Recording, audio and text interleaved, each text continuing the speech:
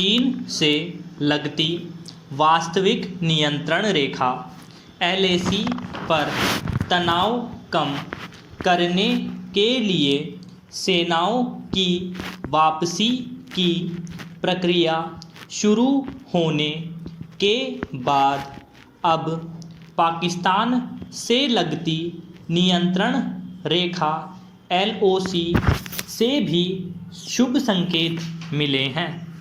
दोनों देशों के director general of military operation DGMO के बीच हॉटलाइन पर बातचीत के बाद एक बार फिर सीज फायर समझौता हो गया है। यह समझौता बुधवार गुरुवार की दरमियानी आधी रात से लागू भी हो गया।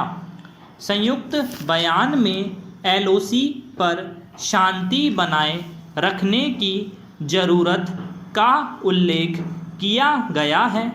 यह भी कहा गया कि यदि विवाद के नए अप्रत्याशित मामले सामने आते हैं तो उनका निपटारा सैन्य अधिकारियों के बीच फ्लैट मीटिंग से किया जाएगा। भारत पाकिस्तान के बीच परंपरागत शत्रुता को देखते हुए यह कहना जल्दबाजी होगी कि अब संबंध सामान्य हो जाएंगे। इससे पहले भी 2003 में दोनों देशों के बीच सीज फायर संधि हुई थी, पर पाकिस्तान उस संधि का मान नहीं रख पाया। ऐसे में नई संधि कब तक चलेगी, इसे लेकर निश्चिंत नहीं हुआ जा सकता।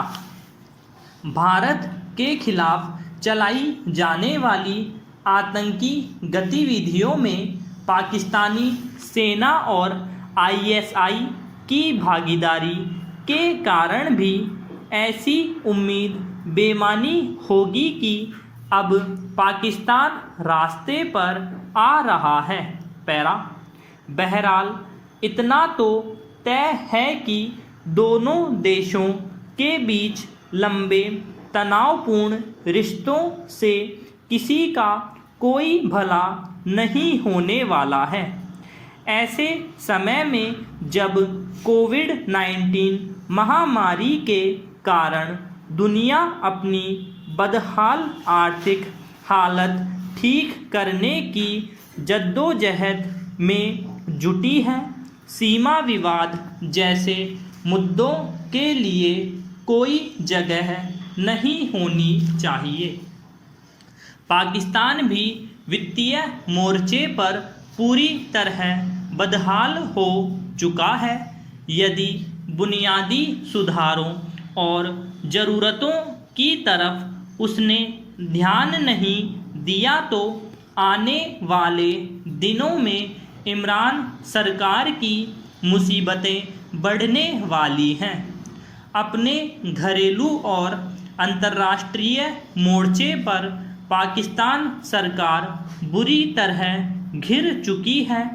इसलिए हो सकता है कि कुछ समय के लिए ही सही उसने अपनी प्राथमिकताएं बदलने का मन बना लिया हो।